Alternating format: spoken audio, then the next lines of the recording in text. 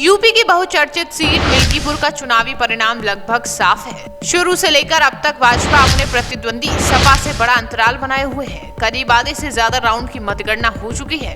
वहीं भाजपा उम्मीदवार चंद्रमोहन पासवान अपने प्रतिद्वंदी सपा के उम्मीदवार अजीत प्रसाद के खिलाफ निर्णायक बढ़त बनाए चुके हैं। बता दें कि वोटों की गिनती के पैटर्न के अनुसार भाजपा यहां बड़ी जीत दर्ज करने जा रही है। इस बड़ी जीत की ये 7 अहम वजह हो सकती हैं। जहां जून में हुए लोकसभा चुनाव में भाजपा को फैजाबाद सीट पर हार का सामना करना पड़ा था। ये वही सीट थी जहां अयोध्या में राम मंदिर बनाया गया, लेकिन वहां से भी भाजपा को एक हारने का बड़ा सामना करना पड़ा। वहीं मिल्कीपुर सीट पर चुनाव की घोषणा होने से पहले ही सीएम योगी ने यहां अधिक सक्रियता भी दिखाई दी। वे लगातार अयोध्या का दौरा करते रहे। इसमें एकमात्र सीट पर 6 मंत्रियों को प्रभार दिया गया। इस पूरी सीट को क्षेत्रवार अलग अलग हिस्सों में बांटकर काम सौंपे गए। भाजपा ने इस चुनाव में बूथ मैनेजमेंट पर जमकर फोकस किया।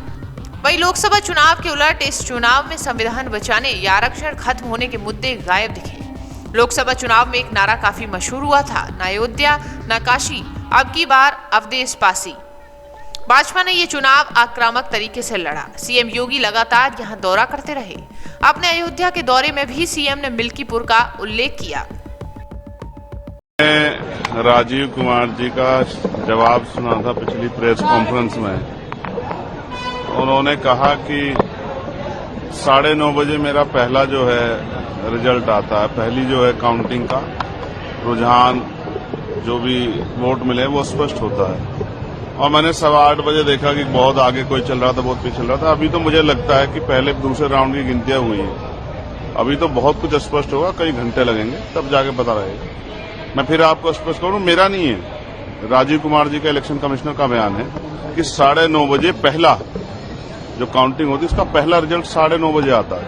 यहाँ तो 9 बजे कोई 30 पे पहुंच गया था, कोई 20 पे था। भारतीय मीडिया को थोड़ा सा अपने बारे में सोचना चाहिए। बता दें कि उत्तर प्रदेश की मिल्कीपुर विधानसभा सीट पर हुए उपचुनाव के नतीजे आज यानी 8 फरवरी को घोषित हो रहे हैं। वोटों की गिनती सुबह 8 बजे से शुरू हो चुकी है। उपचुनाव में सत्ताधारी भाजपा के चंद्रभानु पासवान और विपक्षी दल सपा के अजीत प्रसाद के बीच सीधी टक्कर की उम्मीद है। पिछले साल लोकसभा चुनाव में फैजाबाद लोकसभा सीट जीतने के बाद सपा सांसद अवधेश प्रसाद द्वारा मिल्कीपुर सीट खाली करने के बाद उपचुनाव की जरूरत पड़ी। मालूम हो कि उपचुनाव के लिए हुए मतदान में जनता ने साल 2022 के विधानसभा चुनाव का रिकॉर्ड तोड़ते हुए करीब 65% वोटिंग की है। इस सीट पर क्षेत्रीय समीकरणों, जातीय गणित और राजनीतिक दलों की रणनीति ने चुनाव को दिलचस्प बना दिया है। बता दें कि डिप्टी सीएम केशव प्रसाद मौर्य ने सोशल मीडिया एक्स पर ट्वीट करते हुए लिखा कि मोदी है तो मुमकिन है, बाकी सब नामुमकिन है। विकास मुमकिन है, आत्मनिर्भर भारत मुमकिन है, भ्रष्टाचार मुक्त सरकार मुमकिन है, वैश्विक स्तर पर भारत की बढ़त मुमकिन है, बाकी सब सिर्फ वादों की दुकान। मोदी जी के साथ बढ़ता रहे हिंदुस्तान।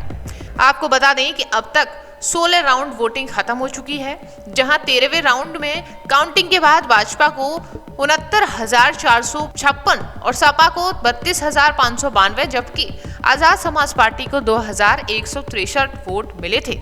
वहीं 15वें राउंड में काउंटिंग के बाद भाजपा को 77,975, वहीं सपा को 38,760, जबकि आजाद समाज पार्टी को 2,615 वोट मिले। वहीं आपको बता दें कि 16वें राउंड की काउंटिंग के बाद भाजपा को 82,788, सपा को 42,243, जबकि आजाद समाज पार्टी को 2,791 वोट मिले हैं और भाजपा अभी भी 40,550 वोटों से आगे है। बता दें कि भाजपा के नेता दिनेश शर्मा ने कहा कि मिल्कीपुर का सकारात्मक परिणाम इस बात का प्रतीक है कि समाजवादी पार्टी का लोकसभा का अहंकार बुरी तरह से टूट रहा है। उस समय अफवाहों के कारण कई इलाके प्रभावित हुए थे, लेकिन अब मिल्कीपुर ने वास्तविकता में भाजपा के काम को स्वीकार किया है। समाजवादी पार्टी को अपनी हार स्वीकार कर लेनी चाहिए।